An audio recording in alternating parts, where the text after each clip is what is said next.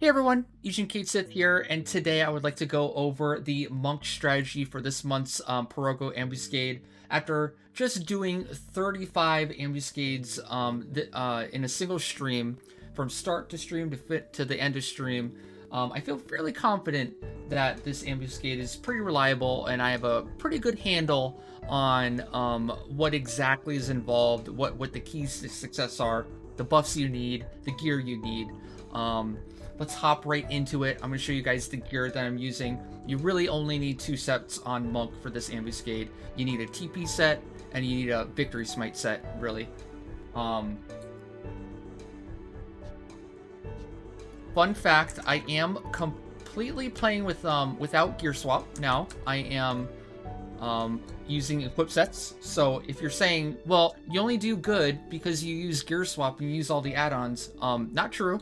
I have been using equip sets for a year now, and everything I've done in the past year is completely using nothing but equip sets. No gear swap involved at all. So believe me, it is possible to still do high tier content, to still be a really good player, even if you are playing vanilla. You just gotta learn a lot more. You gotta prepare a lot more. It's not as easy, but it's certainly still possible. So to start things off, this is my TP set. Nothing too special here. There's a lot of adjustments you can make. Like if you don't have this Odyssey ammo, you can obviously use this orb, the crafted ammo, or you can just use a Jinsen. I don't think it would matter between the three. I mean, obviously, some are better than the other by a little bit, but not a massive amount. And everything else is pretty standard. If you were a monk main before, chances are you already have a TP set like this, or very similar. My Ambu cape is accuracy, dex, and double attack. If anyone's curious, this is just the glass cannon TP set. You're really just going for max damage, because damage you take from the frog really doesn't matter at all. All that matters is that you kill it extremely quick.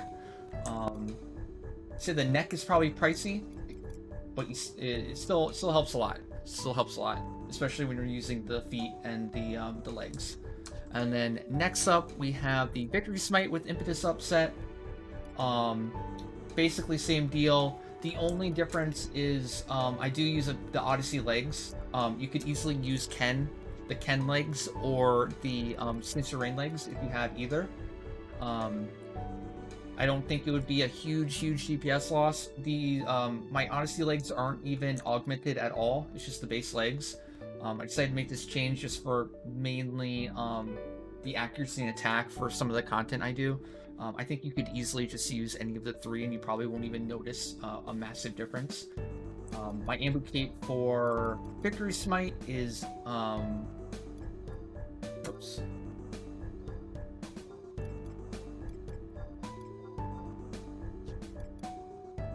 There we go. My Victory Smite cape is 30 strength, accuracy, and double attack 10%.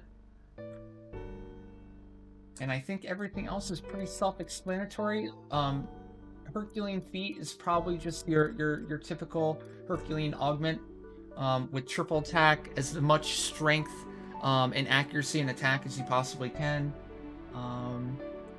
And yeah, that's pretty much all you need for your TP and your weapon skill set for Victory Smite, because, you know, either the frog will be dead or you will be dead before any of your buffs wear. So let's just hop right into the fight itself. Alright, before we get into the fight, let's go over setup and buffs. First off, we are using Monk Sub Warrior, White Mage, Geo, Core, and Bard. Could probably do without the White Mage, or replace the White Mage with something like Scholar or Red Mage, or outside Regen 5, and then, you know, you can heal with potentially the Bard and the Geo, and just not bring the White Mage all together. Although I do like using the White Mage for the Cure Skin and the Auspice. I think it does a great job adding another safety layer, just spamming Cure 5 on the Monk to reduce the actual TP feed that the frog gets from melee hits and potentially spell casts. Not entirely sure if it's getting TP from the spellcast, if it has occult acumen or not. But you know, better safe than sorry, I would say. Secondly, the Bard is using Marcado Honor March, Victory, or sorry, Valor Minuet 5, and then 2 Magicals. The 2 Magicals are probably overkill. Probably get away with another Minuet or maybe even some Strength Etudes if you are very confident that your accuracy is actually capped. I just do it as a safety net, just to make sure if my Victory Smite set is a little lower on accuracy, to make sure all those hits land, which is very important. Or maybe I forget to use food. It happens sometimes. But it didn't seem to affect the runs too much. Just another safety layer, make sure things go smoothly. For the Monk, you want to make sure that you have 5 of 5 merits into Penance. Really good to have. More TP suppression, always good. And then most importantly, I would say the core for Samurai Roll. I had a run where I forgot to use Samurai Roll. TP gain was depressingly low. It did not go well. I definitely recommend.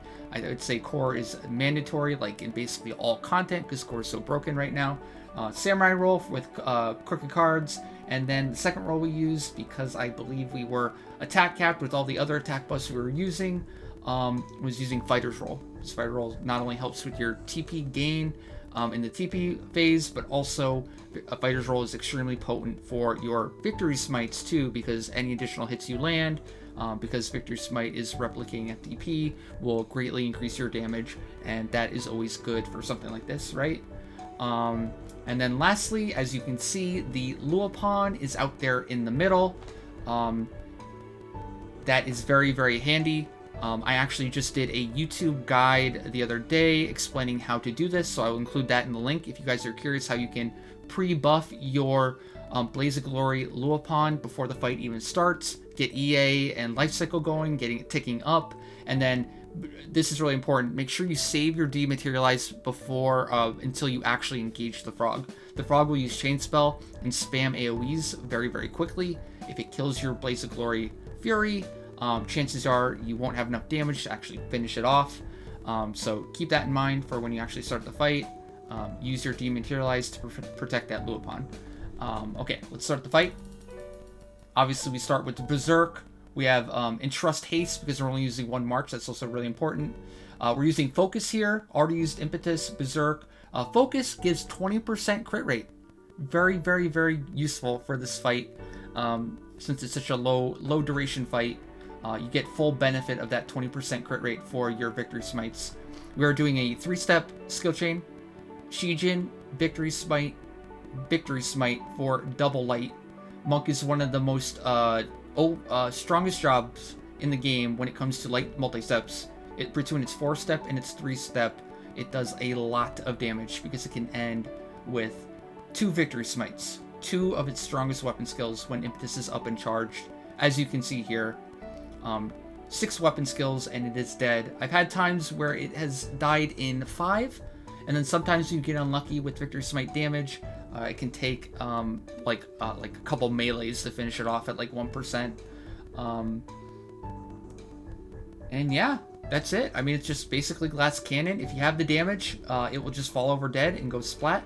If you are lacking in damage, I would highly suggest trying to fit in some more TP suppression, such as I believe like Beastmaster's Beast Pet can absorb up to 700 per a charge. Obviously, anyone can sub Summoner for Kate Sith to just completely reset its HP down, or sorry, TP down to 0 with Mewing Lullaby. Although that can be kind of tricky when it's using Chain Spell. Chances are if you're sub Summoner, it might kill your Kate Sith before you can even get it off. So that can be tricky. It's possible, but can be tricky. But yeah, thank you guys so much for tuning in to the video. I hope you enjoyed it. Like and subscribe if you want to see more content like this. Thank you guys. I'll see you next time. Take care.